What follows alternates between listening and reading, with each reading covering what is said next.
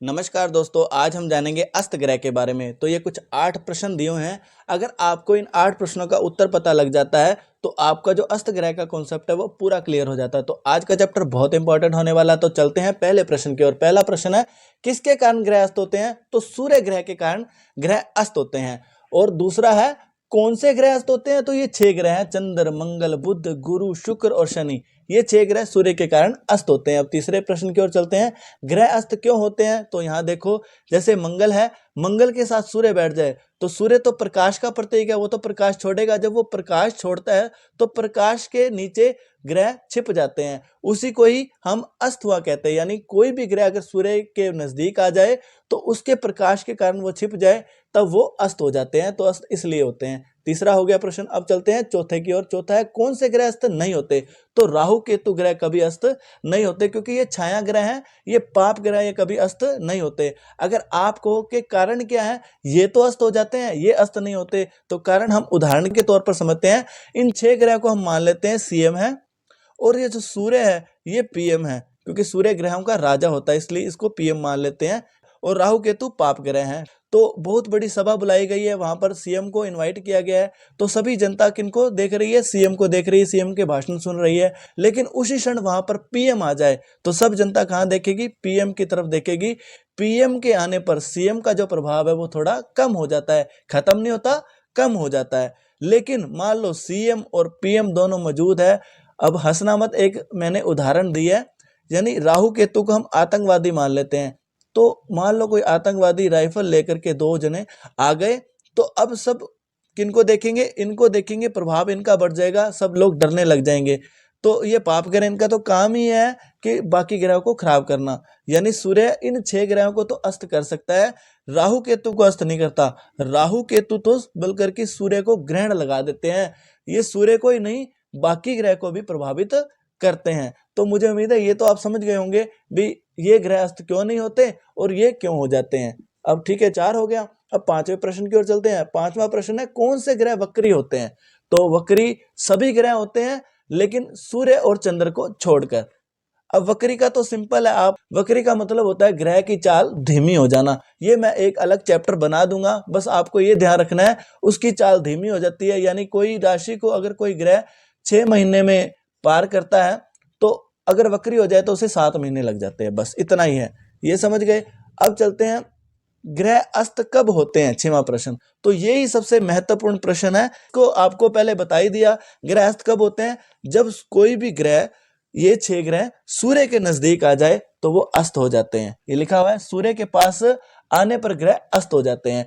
तो कब कब अस्त होते हैं? जैसे चंद्र मान लो 12 डिग्री सूर्य के नजदीक आ गया तो वो अस्त हो जाता है। मंगल 17 डिग्री, बुध 13 डिग्री, गुरु है जो वो 11 डिग्री, शुक्र है 9 डिग्री और शनि है वो 15 डिग्री सूर्य के नजदीक आ जाए तो वो अस्त हो जाता है। अब समझते हैं पहले भाव में। जैसे मान लो चंद्र बैठा है 30 डिग्री का और सूर्य बैठा है 20 डिग्री का, तो इन दोनों के बीच में कितना गैप हो गया? 10 डिग्री का।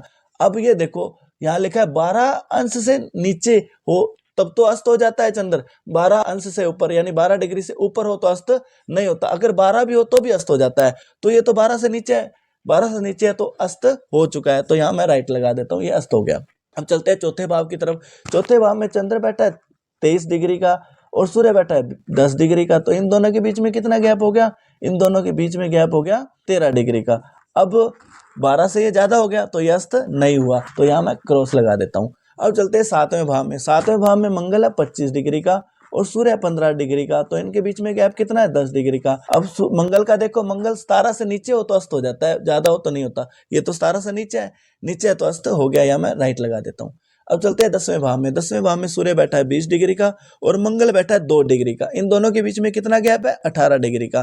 तो ये 17 से ज्यादा है तो ये अस्त नहीं हुआ, तो यहाँ मैं क्रॉस लगा देता हूँ। अब ये तो समझ गए, साथ बैठे सूर्य के साथ बैठे तो वह अस्त करता ही है। लेकिन जो सूर्य है वो अपने से एक भाव आगे बैठे ग्रह को और एक भाव पीछे बैठे ग्रह को भी अस्त करता है।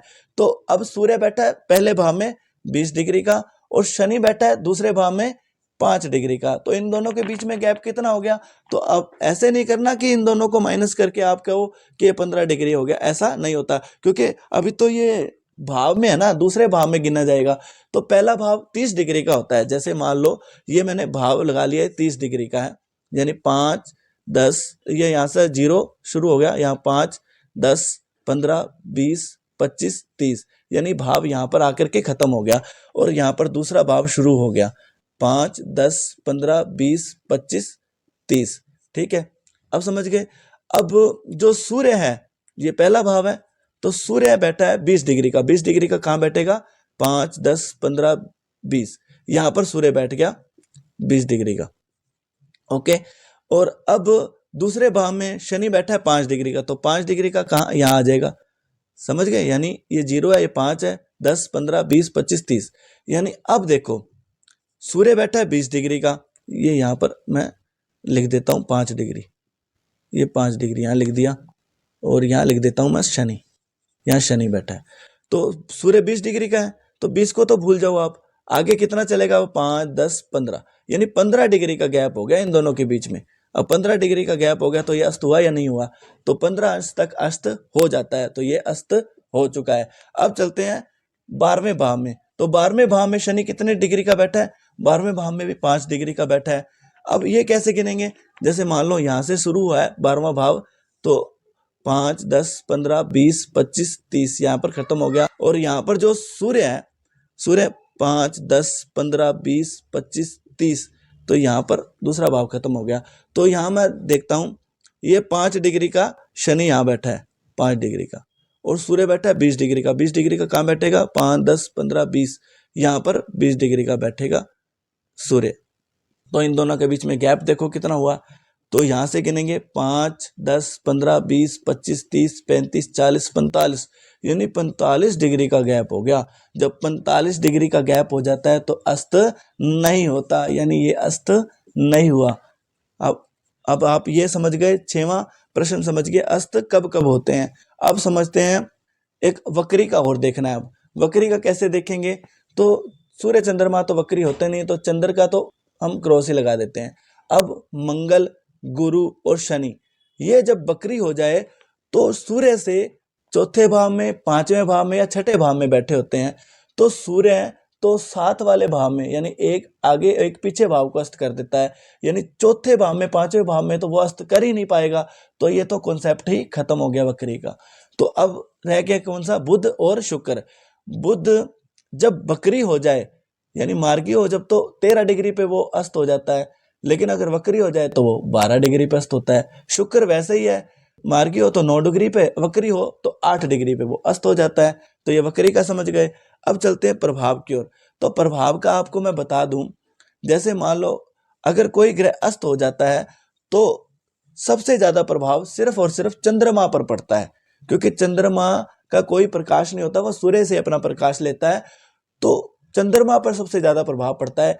मंगल पर, गुरु पर, शुक्र पर, शनि पर प्रभाव तो पड़ता है, लेकिन कम पड़ता है, वो अस्त हो जाते हैं, लेकिन ऐसा नहीं है कि वो निसफल हो जाते हैं। समझ गए? ये हो गया। यहां पर मैंने बुध का नाम नहीं लिया, क्यों? क्योंकि बुध अगर अस्त भी हो जाए तो उसके फल में कोई कमी नहीं आती, क्योंकि बुध बच्चा ग्रह है, और बच्चा ग्रह होने के कारण जो सूर्य है उनको खेलने देता है, या मतलब उनको कोई भी नुकसान नहीं पहुंचाता। तो बुध अगर अस्त भी हो जाए तो उसके फल में कोई कमी नहीं आती। तो आप ये समझ गए। अब समझते हैं, मान लो ये ग्रह अस्त हो गए तो इनका अपने जीवन पर क्या प्रभाव पड़ेगा। तो मान लो चंद्र अस्त हो गया तो आपको पता है मन खराब रहेगा, माता को दिक्कत आ सकती है, और जो मंगल खराब हो तो भाई की दिक्कत आ सकती है, पराक्रम में कमी आ सकती है, साहस में कमी आ सकती है, और आलस्य बढ़ सकता है। अगर बुध तो खराब भी हो जाए तो उसके फल में कोई कमी नहीं आती, ये छोड़ दो। अब चलते हैं गुरु की ओर। अगर गुरु खराब हो जाए तो संतान कष्ट आता है और विद्या में कमी आती है, और जो शुक्र खराब हो जाए तो दाम्पत्य जीवन में कष्ट आता है, शनि खराब हो जाए तो रोग आते हैं, ठीक है, रुकावटें आती है। तो प्रभाव तो ये हो गए। अब चलते हैं उपाय की ओर। उपाय का मतलब ऐसा है, मान लो कोई ग्रह अस्त हो गया है लेकिन वो बहुत अच्छा बैठा है, कोई भी ग्रह अस्त हो गया लेकिन वो अच्छा बैठा, अच्छे का मतलब वो अपने ही राशि में बैठा है या उच्च राशि में बैठा है, दृष्टि भी अच्छी पड़ रही है, यानी कुल मिला के बहुत अच्छा है। तो अच्छा हो और अस्त हो गया, अस्त होने का मतलब उसकी पावर थोड़ी कम हो गई है, लेकिन अच्छा तो वो है। तो अच्छा है तो उसकी पावर को बढ़ाने के लिए हम क्या कर सकते हैं? रत्न डाल सकते हैं, ठीक है। लेकिन मान लो कोई ग्रह बुरा है और बुरा होकर अस्त हो गया, तो रत्न तो डाल नहीं सकते, रत्न डालेंगे तो नुकसान ज्यादा होगा। तो इसलिए हम क्या कर सकते हैं? दान वगैरह कर सकते हैं या जाप वगैरह करवा सकते हैं। तो इससे वो ग्रह अच्छा हो सकता है। तो ये हो गया। तो मुझे उम्मीद है आपको ये सारा कॉन्सेप्ट समझ आ गया होगा। तो आज के लिए बस इतना ही। तब तक के लिए जय श्री राम।